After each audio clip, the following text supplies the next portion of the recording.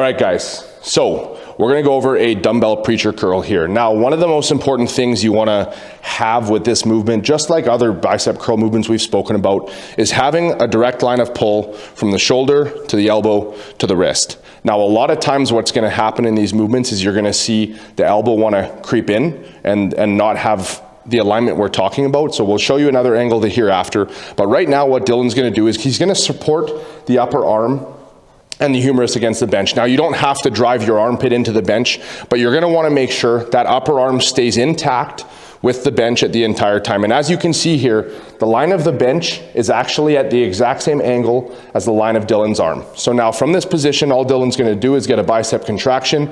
He's gonna curl up, keeping that upper arm against the bench. At this point, if we roll this up, you see how the upper arm removes from the bench, the shoulder becomes involved, we lose the tension at that bicep. So all we're gonna do is stay in our active range, keep that upper arm pressed against the pad, curl up, and again, in this position, so obviously we're doing this with a bench here.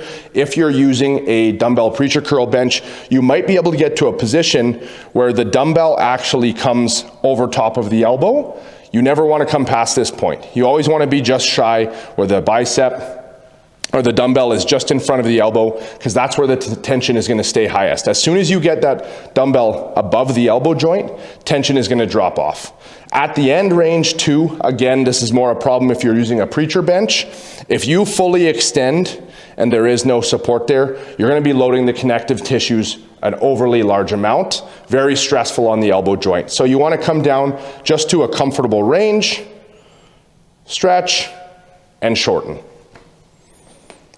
All right, guys, so as we discussed, you're gonna want a straight line of pull here from wrist to elbow to shoulder. Dillon's gonna curl up, and you see everything's moving together. Now, what we often see happen is a transition of the arm through the set. So you're actually gonna see Dillon's arm start to creep inwards from the shoulder, and he starts to pull. So there is no longer a direct line of pull here versus if we were in this position here.